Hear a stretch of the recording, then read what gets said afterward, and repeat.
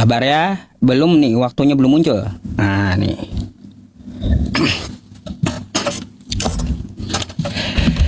Baik teman-teman semuanya, saya agak heran dengan narasi Joseph ya. Kenapa saya agak heran dengan narasi Joseph?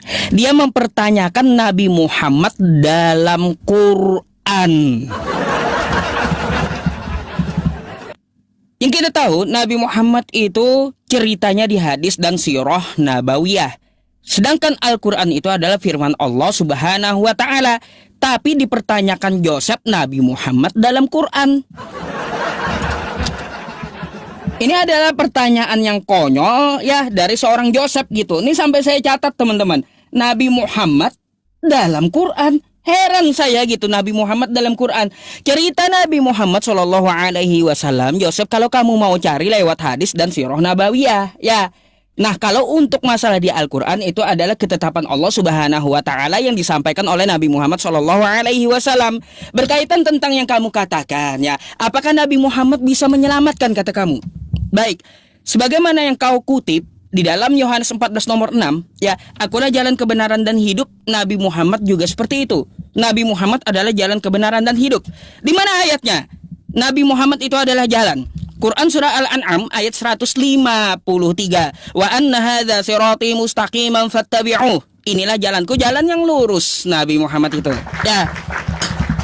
Juga ada gitu Nabi Muhammad itu jalan. Terus Quran surah Ali Imran ayat 31. Qul in kuntum tuhibbunallaha fattabi'uni yuhibbukumullah.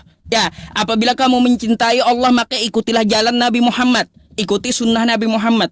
Pada masanya Nabi Muhammad juga jalan gitu. Terus apakah Nabi Muhammad juga kebenaran seperti Yesus? Ya juga ada. Di dalam Quran surah Muhammad ayat 2. Nuzila ala Muhammadi wa huwal haqqu mir rabbihim. Apa yang diturunkan kepada Nabi Muhammad itu adalah kebenaran dari Tuhan semesta alam. Tuh, Quran surah Muhammad ayat 2. Terus Quran surah Al-Baqarah ayat 119. Inna arsalnaka bil haq. Sesungguhnya kami mengutus engkau ya Muhammad dengan kebenaran. Tuh ya. Quran surah Al-Baqarah ayat 119. Nah, berkaitan pertanyaan kamu, apakah Nabi Muhammad menjamin seperti Yesus juga? Padahal kan katanya Nabi Muhammad nggak bisa apa-apa tuh. Seperti yang ditampilkan oleh Joseph tadi. Ini sekalian menjawab ya pertanyaan Joseph, apakah Nabi Muhammad bisa menyelamatkan dan apakah Nabi Muhammad menjamin hidup yang kekal? Dapat kita lihat di dalam sebuah hadis ya teman-teman yang saya tampilkan kepada Anda ini. Anda bisa membukanya di riwayat hadis Muslim dan di Bukhari. Apa yang dikatakan di sini? Kullu ummati yadkhulunal jannah illa man aba. Setiap umatku ya. Bentar ya teman-teman, kamera saya ini kenapa nih? Setiap umatku akan masuk surga kecuali orang-orang yang enggan untuk memasukinya. Ya. Di sini terjawab ya teman-teman, Nabi Muhammad Shallallahu Alaihi Wasallam pun ya dia menjamin hidup yang kekal ya. Terus juga menjamin umat Islam untuk masuk surga. Juga ada seperti itu. Yang seperti dikatakan oleh Yesus, akulah jalan kebenaran dan hidup. Dan sesuai dengan pertanyaan Joseph, apakah Nabi Muhammad bisa menyelamatkan? Padahal dia nggak bisa berbuat apa-apa. Nabi Muhammad itu tidak bisa menghapus dosa. Nabi Muhammad itu tidak bisa menimbulkan mudarat. Kan kayak gitu. Nabi Muhammad itu tidak tahu apa-apa tentang terjadi yang akan datang terhadap dirimu maupun terhadap diri beliau. Kenapa? Karena beliau adalah seorang nabi yang berserah diri kepada Tuhan semesta alam. Dia tidak akan melampaui Tuhannya yang maha tahu ya teman-teman. Nggak mungkin kalau Nabi Muhammad ya teman-teman semuanya mengatakan aku tahu ke depan seperti ini seperti itu. Udah bak kayak Tuhan. Makanya di situ tersirat ajaran Nabi Muhammad Shallallahu Alaihi Wasallam berserah diri kepada Allah Subhanahu Wa Taala. Sep, tadi aku menjabarkan 4 hal. Satu hal yaitu tentang masalah jujur. Kan kayak gitu. Amanah. Kan kayak gitu ya. Nah, kata Joseph, jujur ini juga dimiliki oleh para nabi. Tidak bagi Yesus. Yesus di dalam Yohanes 7 ya, ayat 8 sampai 10, di situ dia berdusta. Nih ya, coba kita buka Yohanes 7 8 sampai 10 ya. Nih ayatnya. Kata Yesus, pergilah kamu ke pesta itu. Aku belum pergi ke situ karena waktuku belum genap, kata Yesus. Duluan aja ke pesta, ya. Demikian katanya kepada mereka. Dan ia pun tinggal di Galilea. Satu lagi nih. Tetapi sudah saudara Yesus berangkat ke pesta itu, ya. Ia pun pergi juga ke situ.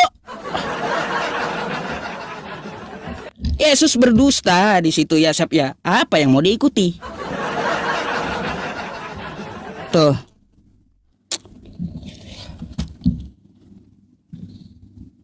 Oke, kita langsung saja jawab. Itu Yohanes 7 ayat 5. Ini ayat 7 ayat 8 sampai dengan 10. Ini kan sering dibahas nih sama Yusuf PI. Buka varian teks aslinya. Di situ digunakan kata apa? Belum. Bukan berarti tidak akan, tapi belum. Ya, sama seperti dalam Islam. Kamu pada saat kita diskusi ingat gak beberapa waktu lalu ketika berbicara mengenai apakah orang Islam akan melihat Allah? Kamu bilang belum kan? Bukan tidak. Kata Yesus itu juga dalam bahasa aslinya belum. Belum akan pergi. Itu bukan berarti tidak.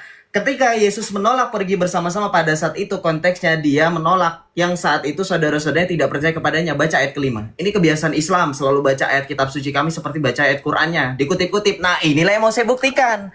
Apa yang mau saya buktikan? Yusuf PI bilang tadi dalam surah Al-An'am 153, Muhammad jalan yang lurus. Bohong. Nih, saya laporin kamu ke MUI. Ya, enak aja kamu. Saya tanya sama kamu. Di sini wa'anna. Wa'anna di sini siapa? Anak di sini siapa? Allah atau Muhammad? Kok ngaku-ngaku Muhammad jalan yang lurus? Yang berbicara ini Allah. Dibohongin lo sama Yusuf PI. Wah, parah nih. Tangkap dong ulama. Kok bisa-bisanya dia bilang ini Muhammad yang ngomong? Ini yang ngomong Allah. Jadi ketika di sini dikatakan artinya sungguh inilah jalanku yang lurus. Ini ada kataku. Ngibul aja kerjaannya. Tolong dong ulama ya ditangkap. Ini Allah loh, tafsir pakai tafsir apapun, tafsir Jalalain, tafsir Wajiz, tafsir Ibnu Katsir, ini Allah loh berbicara, bukan tentang Muhammad. Ya, tolong direcord, ini parah nih ustadz kalian. Tukang bohong. Kemudian yang berikutnya, kamu tadi bilang katanya Joseph itu salah paham. Joseph kok nanya tentang Muhammad di Al-Qur'an? Lah terus dari tadi kamu ngapain kutip-kutip ayat untuk membuat seolah-olah Muhammad itu jalan yang lurus, jalan yang benar dan seterusnya, ha? Yang saya maksud, Yusuf P, adakah di dalam Al-Quran Muhammad itu betul-betul jalan yang lurus, betul-betul menjamin keselamatan? Kenapa? Karena kita lihat di sini.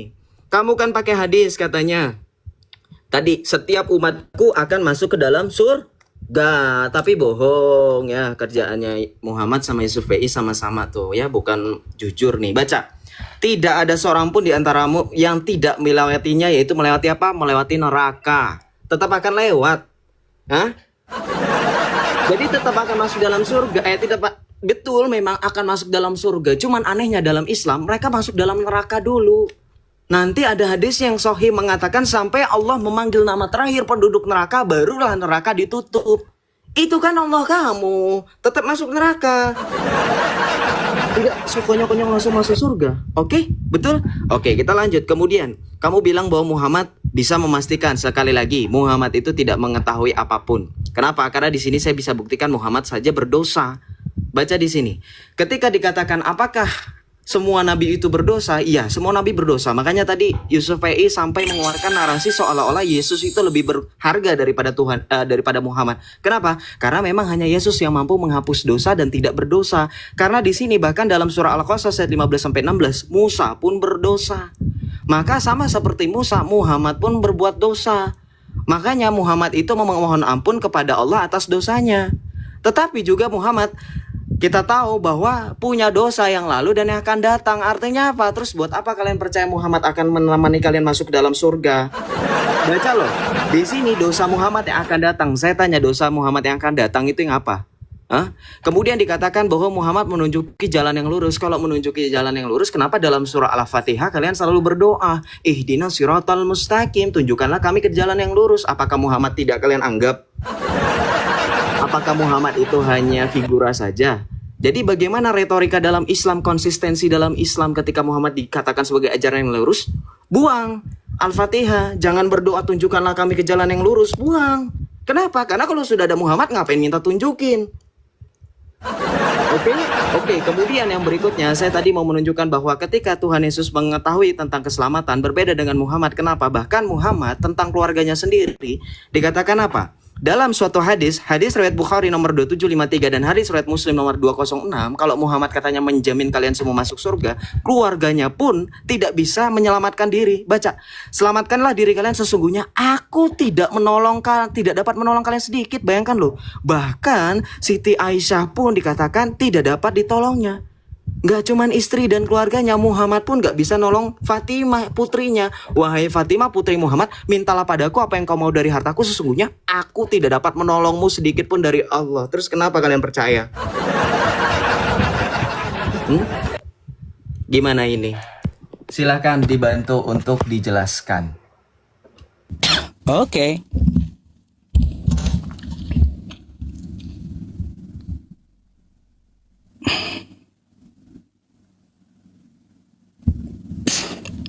Banyak kali syubhatnya ini, harus saya jawab ini teman-teman. Ntar ya. Baik teman-teman, terkait hadis yang ditampilkan oleh Joseph ya, Nabi Muhammad ya jelas tidak akan dapat menolong meskipun Fatimah ya melakukan dosa gitu. Ibaratnya anaknya mencuri, dia tidak akan dapat menolong di hadapan Allah Subhanahu wa taala karena dia tidak akan membela sebuah dosa yang dilakukan. Nabi Muhammad tidak membenarkan dosa. Ya, teman-teman. Meskipun yang melakukan dosa itu adalah anaknya, dia nggak akan menolong di hadapan Allah Subhanahu wa taala. Meskipun itu anaknya, yang salah tetap salah. Seperti itulah yang dimaksud oleh hadis tersebut. Ya, jadi camkan itu. Bukan berarti dia tidak dapat menolong, mengalihkan atau membawa ke surga, bukan seperti itu konteksnya kawan. Ya. Bukan seperti itu. Kamu perlu tahu Nabi Muhammad di situ tidak akan membela dosa. Perlu kamu tahu. Terus kamu juga membawa Quran surah Maryam ayat 71 yang katanya umat Islam akan masuk neraka. Joseph, kau suka potong-potong ayat. Maryam 71 itu adalah jaminan Kristen masuk neraka. Coba kau buka Maryam 71, wa in minkum illa wariduha kana ala rabbika hatsman maqdiya. Tidak ada seorang pun, saya bukakan saja ya teman-teman semuanya. Nih, biar Anda tahu semua. Maryam 71 adalah jaminan Kristen masuk neraka. Nih saya kasih ayatnya sama Anda. Maryam 71 nih. Nih, ya. Maryam 71. Wa iminkum illa wariduha kana ala rabbika hatsman maqdiya. Tidak ada seorang pun di antaramu yang tidak melewatinya sirat di atas neraka. Hal itu bagi Tuhanmu adalah ketentuan yang sudah ditetapkan. Ada ayat lanjutannya. Tsumma nunajjil ladzina taqaw. Selanjutnya kami akan menyelamatkan orang bertakwa. Siapa yang bertakwa? Ya, mari kita buka ke dalam Quran surah Ali Imran ayat 102. Ya ayyuhalladzina amanu taqullaha haqqa tuqatih wa la tamutunna illa wa antum muslimun. Wahai orang-orang beriman, bertakwalah kepada Allah. Jadi di sini yang bertakwa siapa? Janganlah kamu mati kecuali dalam keadaan muslim. Ya. Jadi di sini ya Allah mengatakan dia akan menyelamatkan umat Islam dan membiarkan orang yang zalim. Siapa yang zalim? Di dalam neraka. Siapa di dalam neraka ini yang zalim? Mari kita ke Quran surah Al-Baqarah ayat 254. Wal kafiruna humudz zalimun. Ya, orang-orang kafir itulah orang-orang zalim. Ya, teman-teman. Nah, salah satu kekafirannya seperti apa? Mari kita melihat ke dalam Quran surah Al-Maidah ayat 73. Laqad kafarul ladzina qalu innallaha salisu salasa. Sungguh telah kafirlah orang-orang yang mengatakan bahwa Allah 3 dalam 1 ya, Sep ya. Jadi yang dibiarkan Allah dalam neraka nih ya, yang di dalam neraka, orang zalim yang di dalam neraka ini adalah yang mengatakan Allah 3 dalam 1. Tuh ya. Tuh sudah ku jawab tuh ya untuk Maryam 71. Terus kamu membawakan juga katanya masih juga minta jalan yang lurus. Ihdinas siratal mustaqim, potong lagi ya. Mari kita lihat ya teman-teman ya. Tunjukilah kami jalan yang lurus nih ya. Nih. Mari kita lihat ayatnya. Tunjukilah kami jalan yang lurus. Artinya seperti apa? Ya, artinya ya teman-teman, jalan seperti apa nih? Mari kita baca ya. Mari kita baca jalan seperti apa maknanya. Ya, jalan yang engkau beri nikmat kepada mereka, yaitu petunjuk dan hidayahmu. Kemudian diperjelas lagi maknanya oleh kalimat bukan jalan yang dimurkai. Jalan dia yang dimurkai ini jalan siapa? Yang dimaksud adalah orang-orang Yahudi. Dan bukan pula jalan yang sesat. Jalan yang sesat, siapa yang dimaksud? Orang-orang Kristen. Ya. Jadi kami berdoa tunjukilah jalan yang lurus, bukan jalan yang bengkok kayak Kristen. Nah, itu maksudnya. Bukan jalan yang sesat kayak Kristen. Ya, Sep. Waktu Yesus mengatakan akulah jalan kebenaran dan hidup, dia berkata untuk Yahudi, Sep. Ya. Nah, untuk Yahudi. Kan kayak gitu kepada Filipus dan Thomas, kepada muridnya. Aku minta tolong dong cariin di mana Yesus menjamin keselamatan secara tekstual, ya tekstual. Aku menjamin Kristen masuk surga.